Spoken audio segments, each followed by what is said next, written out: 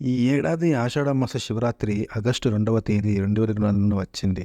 ఇది ఎంతో ప్రాముఖ్యమైనదిగా మన పెద్దలు చెబుతారు. శివపార్వతుల దీవెన పొందడానికి ఒక మార్గంగా ఇది సూచించబడింది. మాస శివరాత్రి రోజున ప్రత్యేక పూజలు చేసి రోజంతా ఉపవాసం ఉండేవారు చాలా ఆశీర్వాదం పొందుతారు. ఈ రోజున ముఖ్యంగా పెళ్లి కాని వారు శివపార్వతులను వివాహం జరగాలనే కోరికతో పూజిస్తారు. అఖండ సౌభాగ్యం, సంతానం కలగాలని కోరుకుంటూ ఆ రోజంతా ఉపవాసం ఆచరిస్తాడు. శివయ్య కూడా వారి కోరికను త్వరలోనే నెరవేరుస్తాడు. అయితే ప్రతి సంవత్సరం ప్రతి మాసంలో పవిత్రమైన శివరాత్రి పండుగను కృష్ణపక్షంలోని చతుర్దశి రోజున మాస శివరాత్రిగా జరుపుకుంటారు. ఈ పండుగ శివయ్యకు అంకితం చేయబడింది.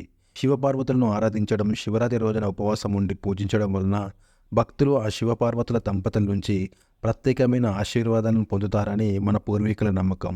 అందువల్ల శివపార్వతుల ఆశీర్వాదం పొందడానికి భక్తులు ఈ మాస శివరాత్రిని ప్రత్యేకంగా ఆరాధిస్తారు. రోజంతా ఉపవాసం ఉంటారు. మాస శివరాత్రి ఉపవాస ఆరాధనగా చాలా ముఖ్యమైనదిగా పేర్కొనబడింది. ఈ రోజున ముఖ్యంగా పెళ్లి కాని వారు శివపార్వతులను వివాహం జరగాలనే కోరికతో పూజిస్తారు. అఖండ సౌభాగ్యం, సంతానం కలగాలని కోరుకుంటూ ఈ ఉపవాస దినాన్ని పాటిస్తారు. ఈ రోజున భక్తితో పాటించిన వారికి సుఖం, శాంతి, సౌభాగ్యం లభిస్తాయి. అయితే ఈ ప్రత్యేక ఆరాధనకి కొన్ని ముఖ్యమైన నియమాలు పాటించాలి. ఆషాఢ మాస శివరాత్రి వ్రతాన్ని పాటిస్తున్నట్లయితే ఈ రోజున ఏ పనులు తప్పకుండా చేయాలి, పొరపాటున కూడా ఏ పనులు చేయకూడదు అనే విషయాల మీద ఖచ్చితంగా అవగాహన తెచ్చుకోవాలి. అవేమిటో ఇప్పుడు మనం తెలుసుకుందాం. ఆషాఢ మాస శివరాత్రి రోజున ఆచరించాల్సిన నియమాలు.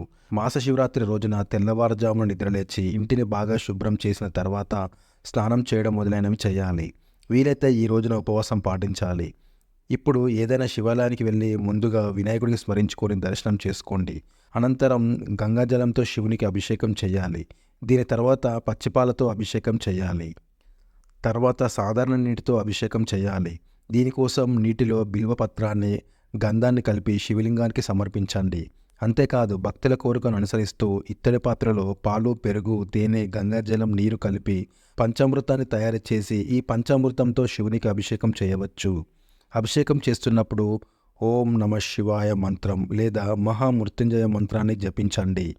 శివలింగానికి అభిషేకం చేసిన తర్వాత శివలింగంపై జనపనార, ఉమ్మెత్త పువ్వు, బిల్వపత్రాలు, షమి ఆకులు, పువ్వులు, పండ్లు మొదలైన వాటిని సమర్పించండి. ఈ సమయంలో కూడా మంత్రాన్ని పఠించండి లేదా శివనామస్మరణ చేయండి. మహిళలు అయితే పూజ సమయంలో పార్వతీదేవికి ఆకుపచ్చ రంగు గాజులు, పసుపు, కుంకుమ, జాకెట్ మొదలైన అలంకరణ వస్తువులను సమర్పించాలి. పార్వతీదేవికి సింధూరాన్ని నైవేద్యంగా పెట్టిన తర్వాత పెళ్ళైన స్త్రీలు వారి నుదుటిపైన సింధూరాన్ని తిలకంగా దిద్దుకోవాలి. పెళ్లి కాని అమ్మాయిలు ఈ సమయంలో రామ రక్ష స్తోత్రం పఠించాలి. పార్వతీదేవికి పూలు, పండ్లు సమర్పించండి. చివరిగా హారతిని ఇచ్చి పూజను ముగించాలి. ఆషాఢ మాస శివరాత్రి రోజున బ్రహ్మచర్యం పాటించండి. వీలైతే ఈరోజు రాత్రంతా మేల్కొని శివయ్యను కీర్తించండి. అయితే మాస శివరాత్రి రోజున పొరపాటున కూడా చేయని కొన్ని పనులున్నాయి. అవేంటో మనం ఇప్పుడు తెలుసుకుందాం. మాస శివరాత్రి రోజున ఆహారం తీసుకొనకూడదు. ఉపవాసం ఉంటే సాయంత్రం హారతి తర్వాతే మాత్రమే పండు తినండి. మాస శివరాత్రి మరుసటి రోజు స్నానం చేసిన తర్వాత పూజ చేసి ఆ తర్వాత మాత్రమే ఉపవాసం విరమించండి. ఉపవాసాన్ని విరమించిన తర్వాత ఆహారం తీసుకొనవచ్చు. మాస శివరాత్రి సమయంలో పగటి సమయంలో నిద్రించవద్దు.